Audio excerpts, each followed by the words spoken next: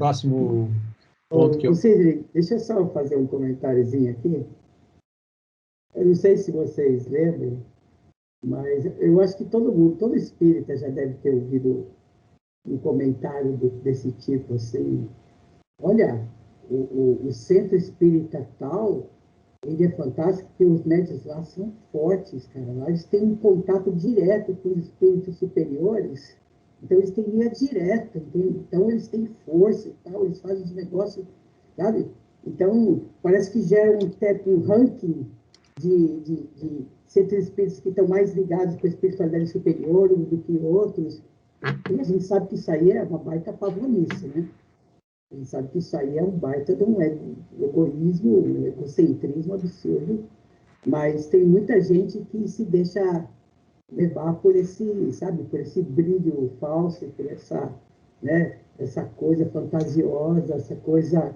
Então, muitas vezes o cara não só procura o que é simples, mas ele também procura o que tem glamour, tem brilho, tem, sabe, tem aquela coisa que a gente sabe que chega até a ser ridícula e tão fantasiosa, mas as pessoas querem muito acreditar nesse tipo de coisa, nesse tipo de pensamento. Ah, não, eu vou naquela igreja, porque lá o pastor lá, o cara tem uma força, rapaz, ele domina tudo que é tipo de monstro e demônio lá, e, nossa, né, em nome de Jesus e tal. Então, existe muito dessa ideia ainda É o arraigada fator aí. glamouroso, né? É, Assim, o fator glamour, o fator tchan, né? é Que igual tá, você, vocês que são professores, você vai conversar com um cara, o cara fala assim, ah, mas eu estudei na USP, ah, mas eu fiz pós-graduação não sei o quê. Como se a pós-graduação que você fez, que só foi em outro lugar, é menor, né? de fato, ele E tem estudado na USP. toda profissão tem o seu glamour, né? Ou, por exemplo, esses dias eu estava assistindo TV e os caras medem por isso, os jornalistas, os globais, medem quanto eles são bons pelo número de Copas do Mundo que foram, pelo número de Olimpíadas que cobriram e tal. Cara, você não é um jornalista melhor porque você estava lá, entende? Você pode ser bom, óbvio, e considero bom, mas você não é melhor que o outro. E aí envolve um pouco de dinheiro, por exemplo, né? Existe um narrador, por exemplo, que pagou do próprio bolso R$ 1 milhão para ter o direito de, de rádio para transmitir a Copa do Brasil. Ou seja, ele pagou do bolso, obviamente, depois vendeu isso para patrocinadores e tal, não sei o quê. Aí você vai ler a biografia do cara, ou a apresentação dele, ele fala assim, ah, eu sou o único narrador de futebol autorizado a transmitir a Copa do Mundo do Brasil. Desculpa, mas você comprou isso, entendeu? Então, você não tem mérito, você pagou por isso. Uhum. Eu não acho ele melhor do que o outro, entendeu? Não é que ele não seja bom, pelo contrário. Ele só é o que teve dinheiro, o que teve oportunidade.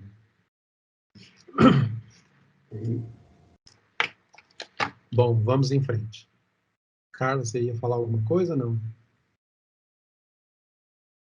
Não, eu achei engraçado a hora que você falou do glamour, né? As pessoas disputam até doença, né? Então, é impressionante, é engraçado, porque você falando isso, eu lembrei quando eu fui fazer a cirurgia, tirar a pedra do rim, a gente estava no centro cirúrgico, estava eu mais 3 pessoas. E aí eles começaram a discutir o tamanho da pedra. Aí eu fiquei lá, né? Porque eu sem óculos não enxergo nada, eu só ouvindo, né? E aí a gente já tá todo mundo de camisola, porque a gente já vai direto pro centro cirúrgico. E tinha um homem lá que falava muito. E aí a pessoa falava e ele, tipo, ele queria mostrar que a dele era maior que de todo mundo. E ele falou assim, porque a minha pedra tem 1 centímetro. Tô aqui porque ela tem 1 centímetro, né? E conversa vai, e eu não tava dando atenção.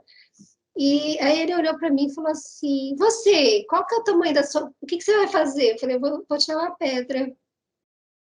Aí ele falou assim, qual que é o tamanho da sua pedra? Foi tão engraçado, gente, que eu falei assim, 3 centímetros. Na verdade, Ele deu um pulo, mas um pulo que ainda bem que eu tava sem óculos, porque eu ia ver todas. Ele falou assim, 3 centímetros, e como que você tá aqui? Você não sente dor? Como que você tá andando?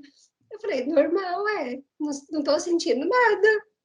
Mas foi tão engraçado. Eu falei, gente, o pessoal fica discutindo doença. A minha é pior que a sua. A minha é pior que a sua. Mas ele deu um pulo, parecia que ele estava no espetáculo. Eu falei, Jesus amado, como que pode, né? Eu acho Mas que todo outros... mundo... A Carla tinha que falar assim para ele. Não, quem tiver aqui sem pecado, que tire a sua primeira pedra. Mas eu acho que todo mundo tem um engraçado. amigo assim, né? Um amigo que você pode contar a desgraça que for. Ele fala assim, mas não é igual a minha. A minha você precisava de ver, rapaz. Aí você olha e fala assim, tá, beleza. Acho que todo mundo tem um amigo assim. É o da vantagem, né? É. É vantagem no positivo e no negativo. Se você fez uma coisa muito boa, ele fez melhor. Se você sofreu, ele sofreu mais, né? Bom, vamos lá. Eu separei aqui a pergunta 673, que fala um pouquinho sobre isso, e antes da gente ir para as considerações finais, se vocês não tiverem mais nada para dizer,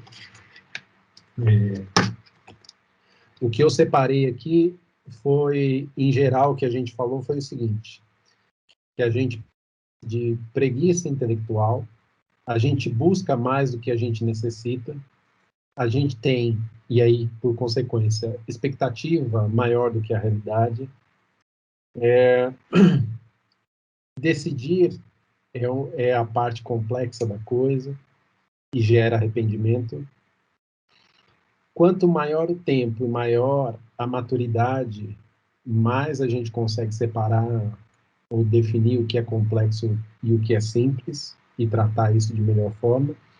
E outra coisa que a gente falou foi que o conhecimento é preponderante para facilitar a simplificação das coisas.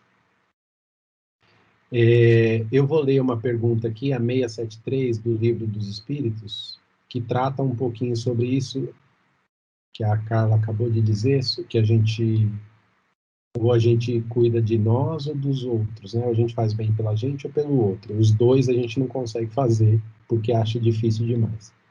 Então a pergunta diz o seguinte: não seria um meio de tornar essas oferendas agradáveis a Deus, consagrá-las à minoria, os sofrimentos daqueles a quem falta o necessário e, neste caso, o sacrifício dos animais, praticado com fim útil, não se tornaria meritório, ao passo que era abusivo quando para nada servia ou só aproveitava aos que de nada precisavam?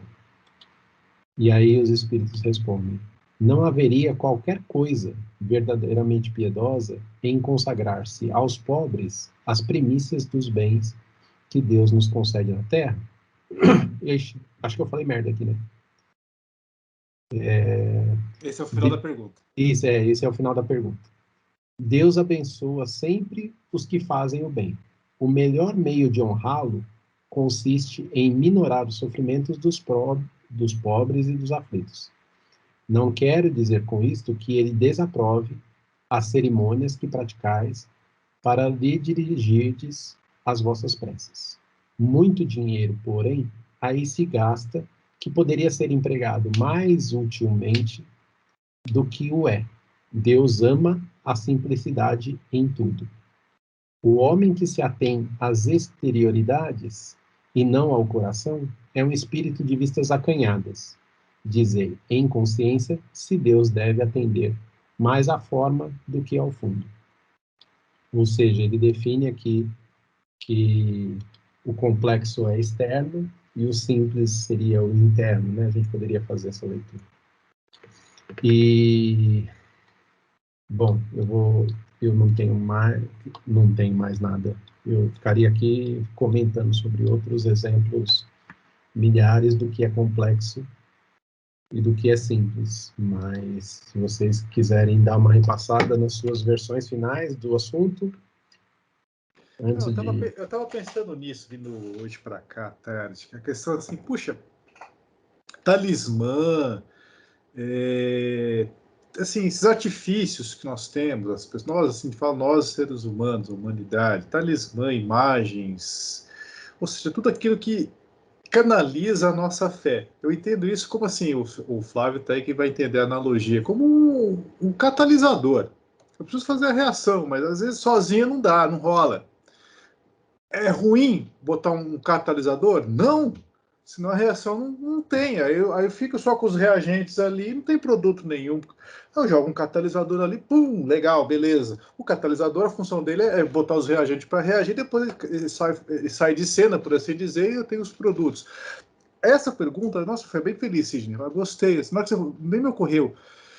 Eu estou vendo aqui, ele fala assim, não é que a espiritualidade fala, não quero dizer com isso que Deus desaprova as cerimônias que praticais para lhe dirigirdes as vossas preces. Ou seja, quando você está rezando, se você está usando um terço, se você está usando uma imagem, se você está usando um talismã, se você está usando o que for, Deus não desaprova isso.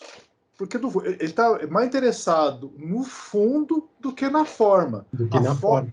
O fim justifica o meio. Nesse aspecto, o fim justifica. Qual é o meio? O artifício. É ali, o talismã, a imagem, o santo, o que for. Tá? Agora, a frase que ele coloca ali do meio é sensacional. Deus ama a simplicidade em tudo. Se você for capaz de não usar desse artifício, melhor. Porque Deus ama a simplicidade.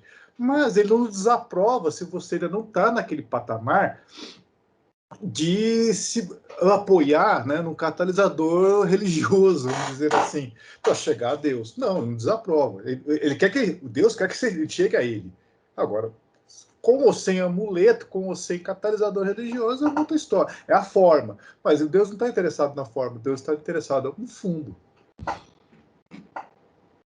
Pegando um pouco do que Zé falou aí, o espiritismo ele é reconhecido por não ter dogmas, né?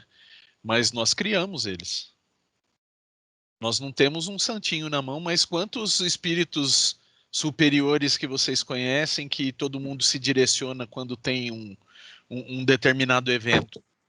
Né? Na Igreja Católica você tem um para cada coisa. E a gente não tem um para cada coisa também? Quando você quer um determinado para a saúde, vamos para o Dr. Bezerra de Menezes, Eurípides Bastanufo, para prosperidade, você elege um e vai. A gente cria as pontes também. É uma ponte. Pedro. Exatamente. A gente cria as pontes, a gente cria o dogma. Tem. Aí falar Joana, ou Joana de Anjos, ou fala lá André Luiz, ou... Exato, são os dogmas que nós criamos. Né? Ele fala assim, o espiritismo não tem ritualismo, não existe ritual. E você vai no centro espírita na sexta-feira, às 7 horas da noite, e você vê o quê? Você vai numa semana, você vai na outra, você vê o quê? Exatamente a mesma coisa. Isso não é ritual?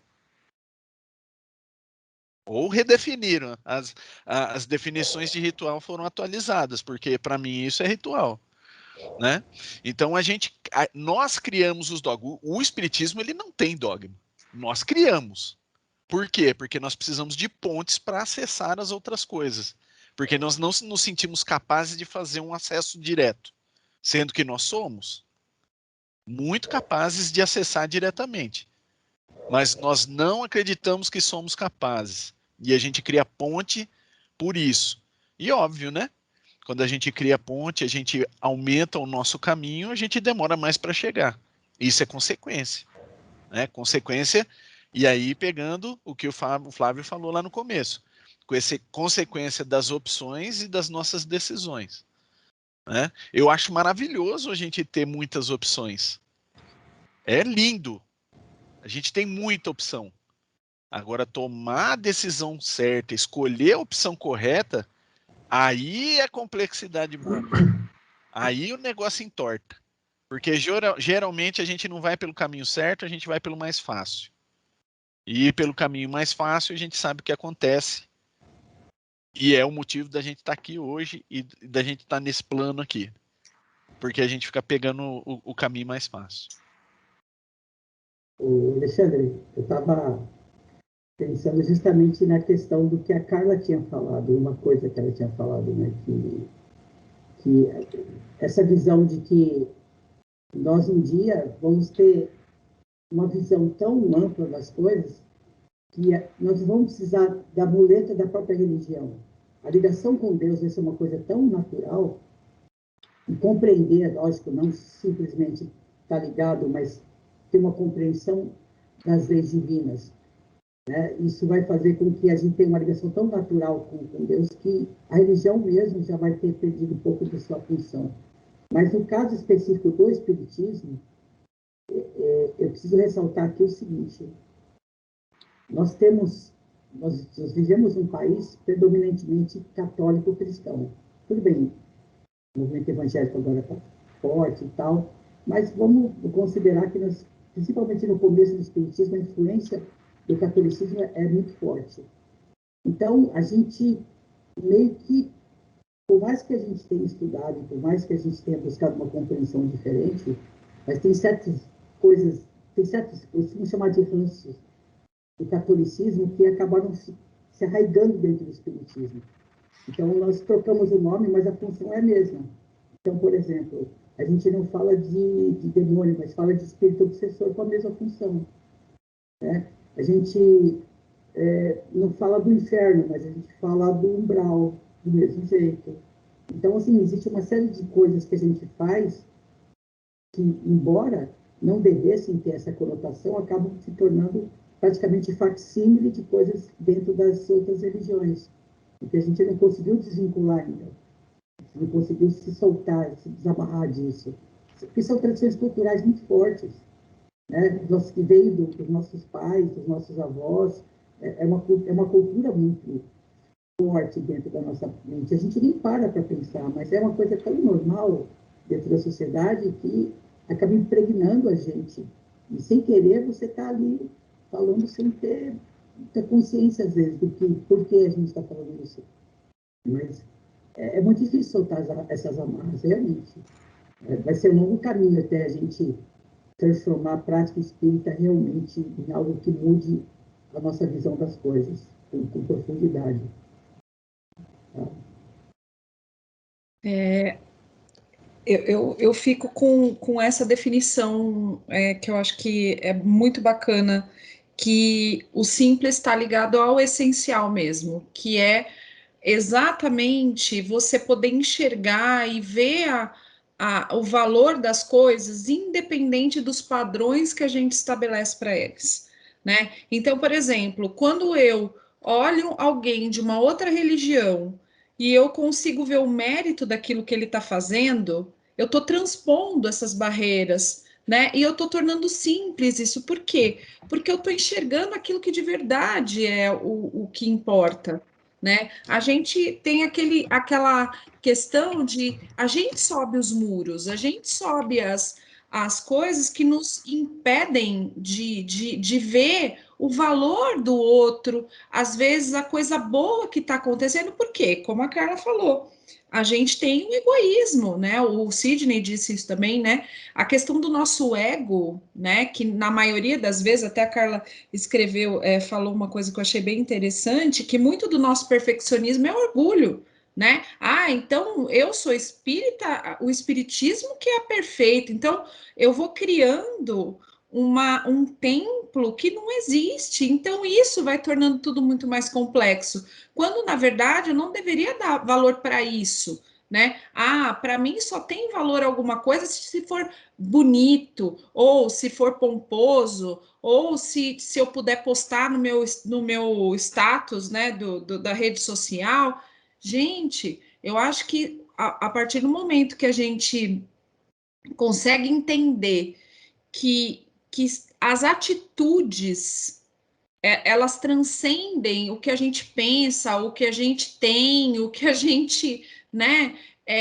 Eu acho que tudo vai ficando muito mais simples, mas não um simples, um simples complexo, porque essa complexidade ela é exigente. É como a Carla falou da questão do respirar, né? Você nasce respirando, mas em algum momento, se você perder isso, você tem que reaprender, né? Então, estar disposto a aprender com humildade, com simplesmente também simples, não simplório, exatamente, Flávio.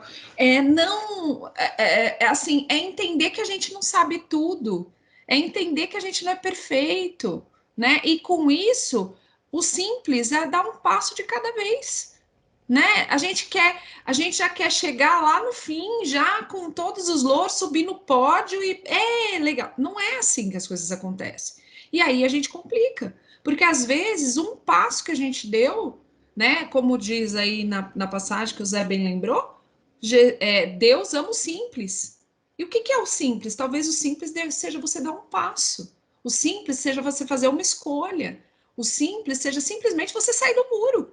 Ó, não estou mais aqui, eu consegui olhar e fazer tal coisa, né? Respirar, exatamente. Então, é bem legal a gente fazer esse tipo de reflexão, sabe? Que a gente aprende muito, né? Com esses apontamentos, né? A gente cresce, porque a gente começa a olhar para coisas que parecem tão bobas, né? Mas que fazem tanta diferença se a gente olhar. E assim, podem trazer muito mais bem-estar, muito mais felicidade, né? Do que simplesmente a gente ficar aí, às vezes a gente bota no automático e vai embora, né? E acho que apreciar e entender que a gente pode enxergar para além dos padrões é simples. Aprender além daquilo, aprender com humildade, sabe? Conhecer com tranquilidade, não porque você quer ser melhor que o outro, mas porque simplesmente você quer aprender, você quer estar ali para ouvir, para servir, né? Que coisa mais simples do que servir, gente, né? Servir alguma coisa, servir teu próximo, é simples, mas a gente complica tudo, né?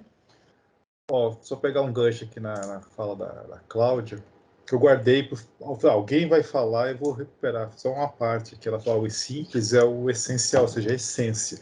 Simples é o que basta. Bastante não significa muito. Bastante é o que basta. Ou seja, deu.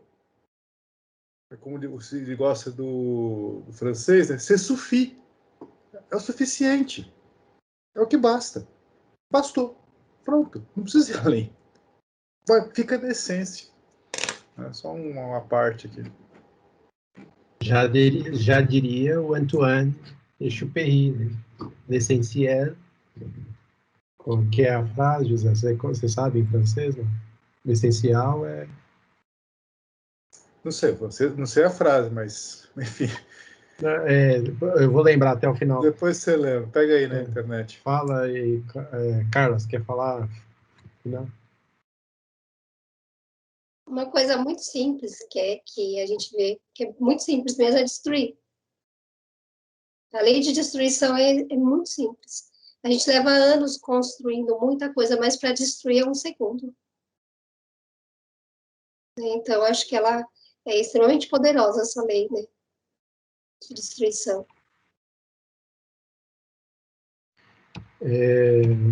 Vou fazer um paralelo aqui que eu estou lembrando. A natureza ela é simples, mas assim, da simplicidade surge a complexidade. Eu me lembro uma frase acho que do meu orientador que escreveu um livro, ele colocou assim: simplicity is embedded in complexity. Não, complexity is embedded in simplicity. Ou seja, a complexidade está dentro da simplicidade. E olha que interessante a natureza. O Flávio vai outra comparação com o químico que plantão nosso aqui. Mas antes de chegar do Flávio, eu vou fazer uma outra. Gente, já tentaram fazer o computador analógico, não deu certo. A tecnologia que venceu é aquela que é a digital, que é baseada em dois conceitos, o sim e o não, o ligado e o desligado, o 0 e o 1. Simples. Em função dessas duas coisas, que é o 0, o 1, o ligado, o desligado, você monta isso tudo, essa parafernália eletroeletrônica que nós temos hoje. Tá? E o mais simples ainda, olha ao redor, nós estamos vendo diferentes, nós temos gás, líquido, sólido, mas tudo é átomo. E se dentro do átomo é mais simples ainda. Tem lá sabe? É simples. E tudo isso gera isso que nós estamos vendo. E aí a gente volta também, se quiser pensar no fluido cósmico universal, também, dali parte tudo, de um negócio só, uma simplicidade. Então, a natureza é simples, a gente que complica mesmo, não tem jeito. Uma coisa que eu esqueci de falar, que você tinha falado dos catalisadores, né?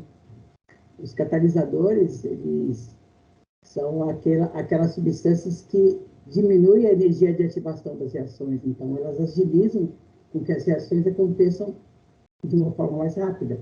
Né? Ou talvez nem começassem o processo, né? Porque existe a energia de ativação, e sem ela nem a reação começa, mas de uma maneira geral, elas induzem as outras substâncias a reagirem numa velocidade maior, e que essa reação aconteça a contento. E essa comparação com as práticas que estão ligadas à religiosidade é bem coerente, ela faz muito sentido, né, quando você para pensar nisso. Né, mas eu acho que a gente não pode tirar totalmente o valor. Eu acho que tem certas técnicas, a gente sabe disso, que fazem com que a gente consiga se concentrar com mais eficiência ou conseguir ter uma reflexão mais profunda. Eu acho que algumas técnicas, a gente não deve tomar isso como sendo a coisa mais importante, óbvio. São acessórias. Mas elas têm o seu valor, quando usadas da maneira certa. Né? É como aqueles remédios homeopáticos ou aquelas práticas não tão ortodoxas da medicina, mas que eles sabem que tem lá o seu valor, né? dentro de usado de uma forma coerente, de uma forma responsável. Né? Só esse adendo aí. Bom, pessoal, agradeço a todos por estarem aqui conosco, agradeço aos meus amigos por, mais uma vez, a gente concluir um assunto aqui. Eu vou terminar pedindo para vocês deixarem um like, compartilharem sempre que possível, para que mais pessoas possam aprender e ensinar com a gente. E eu vou deixar uma referência, uma indicação aqui, de um documentário que chama Minimalismo, um documentário sobre as coisas importantes. Não tem tanto a ver com a religião que nós estamos tratando aqui, mas tem a ver com a simplicidade e a complexidade que a gente... Com uma mochila. Com uma mochila, que a gente quis tratar hoje. Então, muito obrigado pela sua audiência e nos vemos em breve. Até logo, tchau.